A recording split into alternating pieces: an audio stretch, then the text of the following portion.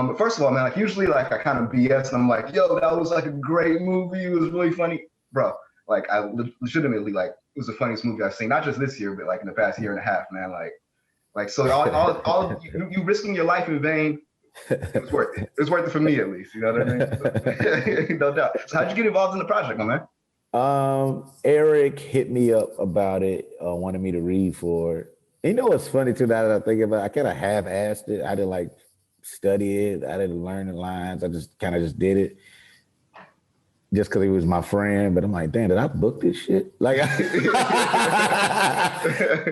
no, it was. I did it because Eric is my friend. He asked me to do it. But it's funny when I think about it, I'm just being honest. I'm like, oh yeah, I kind of did. Well, I mean, did you have bigger regrets once you actually got onto the sets and the real world kind of hit you? You know, Well, it wasn't, because this thing about it, I love movies like this, right? So like loving like Borat, loving like the Bad Grandpa and just the Jackass, everything. And so I was down to do this, but then I didn't realize how crazy this really is. That's why, like, to be honest with you, man, like I'm personally excited for Eric Andre in this movie because of his skill set with this. And I think it's going to elevate. He's already like a star and like this crazy cult following, but this being this movie and on Netflix I think is going to extremely elevate Eric to another level. Like he's up there with Sacha Baron Cohen to me. You know what I'm saying? So like it's going to be interesting to just watch him elevate like that. You know what I mean? I mean, you're not doing too bad yourself, man. I mean, since Get Out dropped, I looked at your IMDb, man. You're busy, man. You're busy putting in work, man. So you're a great like everyman. I mean, you have a history as a stand-up comedian, but like on film, like you're a great straight man. Like you know, and like in this project too, man. Like you all are like recognizable faces, but depends on what communities might not be as recognizable. How many times did that did the reality hit and people be like, is that Tiffany? Is that Eric? Is that Lil Rel? No, it happens. But but interesting for me personally, you know, even to this day, people always ask me, they always say to me, I look like me. They never think it's me. They right. You might tell you look like Lil Rel. I'm like, and then I'll be like, it's me. They're like, no, it ain't. I'm like, all right. You know, so but did it help like the little things you do, like cutting Eric's hair down, me just having that mustache. Like it was It was very interesting. Like even Tiff with the braids, like, and then also we did things so fast paced, we didn't give people time to take it in. Right. You know what I'm saying? Where it's like, all right, this is what this demographic. But then also, like, you know, Eric says it all the time. They did a good job. People 40 and up, man, ain't got time to be recognized nobody. Like, you know what I mean? They just true enough. They're doing what they're doing. They're like, what's going on? Like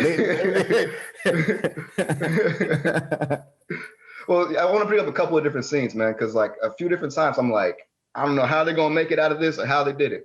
The bar scene, man, like one thing that really it was like, for me, there was like a hidden tension in the movie because some places like they have open gun carry laws, like, you know, stuff like that. How much was like fear a factor for you when you went into places like the bar and man and that kind of stuff? It's funny even now that you say that, you know, it wasn't until I watched it, like, yo, what the fuck was we thinking? But it was a couple times where it was fear. Like, so that bar was interesting too, because once again, we was the only Black people in there, like, which is crazy. And I was like, okay, I don't know how this is gonna go, but but then weirdly enough, and that's what I think this film does in a way, it shows America from this other perspective of not like everybody, oh, we just not like, no, people were really nice.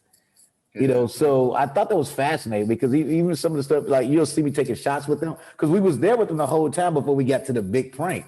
So we interacting, we drinking with them, we talking, we having a regular conversation. Eric's out there dancing.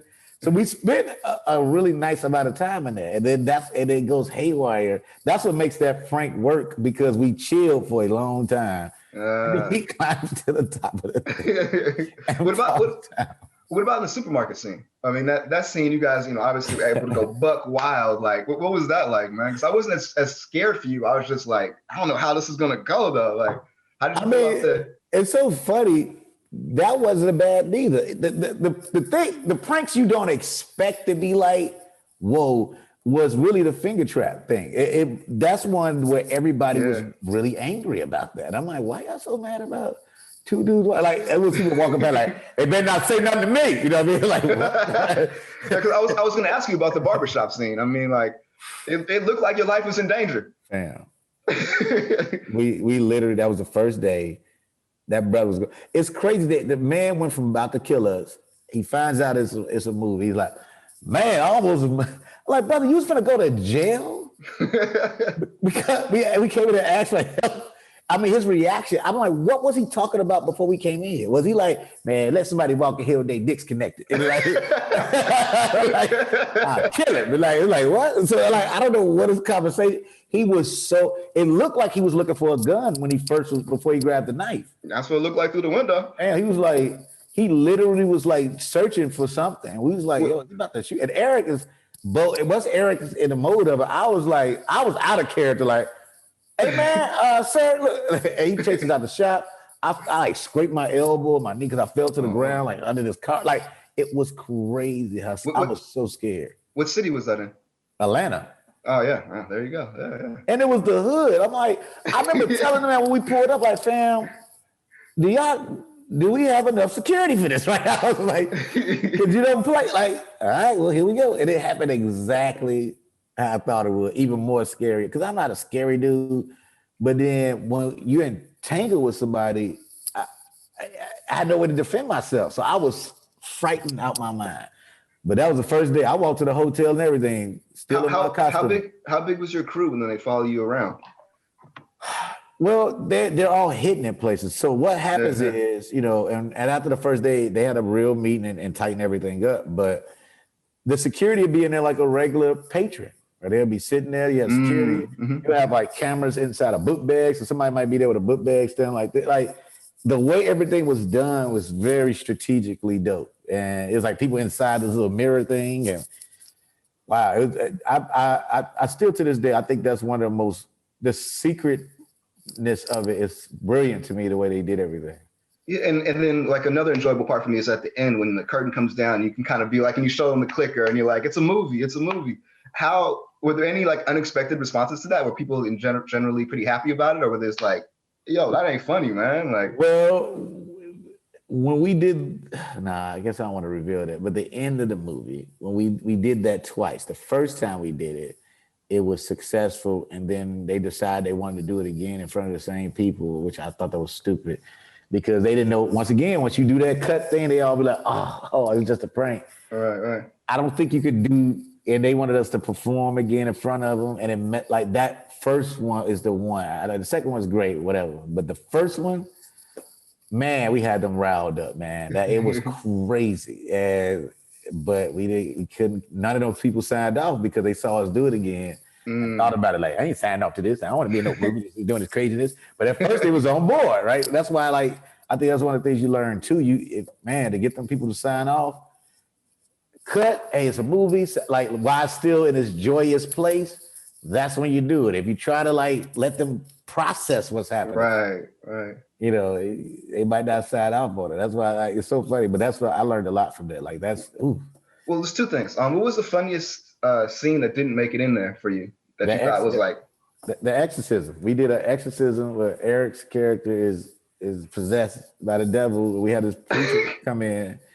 And I don't know if this brother became a priest or because he like couldn't wait to do an exorcism, but it was great. Because we had the walls doing stuff, the lights, and he really thought he was doing some shit. Like, and he was like telling me what to say, and I'm like cursing he's like, you can't curse, it ain't gonna work. And like it was the funniest thing. And he just left. Like when he left, I think they had to like find him, but like he thought he did some shit. Like, yeah. Do this. But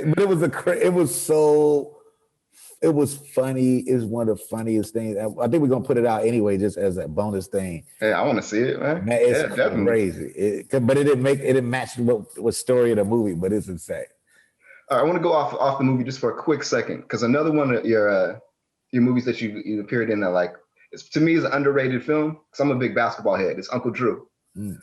Has there been any talk of reprising the Dax character as either a sequel or maybe even just like a show or something like that where you could have guest stars, basketball stars guest star? I think that's like a really like It was hilarious to me, man. It reminded me of a White Man Can't Jump. You know what I mean? Like, but here we go. It was a two was talked about, and it still is. It's you know what's funny? Movies like that, especially basketball movies, is based off the basketball player. Kyrie's having another great season, and if Brooklyn win a championship, I could see us probably doing another movie because that helped. Like he was injured for a little bit, right? So we could see it, especially after Uncle Drew when he went to Boston. Man, if the way the Brooklyn looks now, he's balling. I wouldn't be surprised. Like I was just actually thinking about that the other day. I'm like, we probably gonna end up. They probably gonna hit me up because I think what we would do is I think we should take the old guys overseas to like play like Jackson become like some coach or something. Yeah. It'll tell you to come through. So make that happen, man. Make that happen for sure, man. All right, my last question for you, man, because I'm interested in seeing where your career is going, like how we kind of started off, man. Like obviously, you know, Get Out, you blew it up, but like I want to see where you go next, and I can really see you in like the Marvel universe. I was watching WandaVision and seeing like the agents. Like you would make a great agent in the Marvel universe. You know what I mean? Have you ever thought about that before? Yeah, I mean, so no, I guess I can't talk about it. It was a movie that I was attached to with Channing Tatum that we were gonna do, and then whatever happened. But it was in that world. So I was like, damn, man. It wasn't Gambit, was it? Yeah. Oh, damn. Wow. I never told nobody that. Yeah, it was Gambit. But yeah, you know, it went away. I mean, maybe look, because I love that show. It's so funny. It's two worlds I'm interested in maybe participating in. Well, three. The Cobra Kai world. Yeah. I don't know where I fit into that, but like I would be a Cobra Kai. Also, but the Mandalorian world. You know, it's a very interesting. Definitely, man. I can the definitely Star Wars that thing. So I've been trying to set meetings. Like, give me a meeting with somebody over there. Hey, well, I can see it. We're gonna put it out in the universe for you now, man. Because I can definitely see that happening, man. And Free Guy has that energy too. Like Free Guy, once you guys see that, it just has that. You know, just doing Ryan Reynolds is great, but it's gonna have that in it. I think I can't wait till people see that movie because it's my character is it's a great movie actually. So I don't know. But I'm into it, man. And like, I'll just wrap it up like this, man. Like I kind of mentioned it before. Judas and the Black Messiah, man. Like Fred Hampton's story to me is like really, really important. I grew up in Oakland. Yes. I went to UC Berkeley, man. So like since I was 18, I had the Fred Hampton. You can kill the revolutionary, you can't kill the revolution. And I never thought the movie would be made. You're from Chicago, right? From Chicago, the West Side. I grew up where he was murdered. I grew up down the street from there, a couple blocks. So we used to walk to the store. My dad be like, yeah, this fit. Like, so I've always known, just from my family, constantly talking about what Fred Hampton did, even just how like they were attached to him in a way, like my uncle. And it's I asked to be in that movie. All right, dude, y'all can't make this movie without me being in it. Because I know Chairman Fred Jr., so yeah, I'm like, y'all better find something. Yeah. I mean, you had a meaningful part. It was small, but it was meaningful, man. And like I said, like you did your thing, moderating the panel, and it's nominated for an Oscar now, right? Multiple nominations, right? Like Lakeith and Daniel, and it's just crazy. I don't know how neither one of them got nominated for Best Actor, but I mean, I guess we'll take it. Well, it's interesting because that's been a new conversation, but the way that's done, it's almost like you never know who. It was never anybody claimed to be number one, really, to be honest with you, because they both were number one in a way. It's an interesting, tricky thing, but I mean, I guess we'd rather take the nomination than not, but one of them better win, though. Right? It's 2 out of 5. Sure, no doubt. Well, hey, man, I thank you for your time. I mean, I hope the best of your career. I mean, hopefully we'll cross paths again. I'll cover your next project.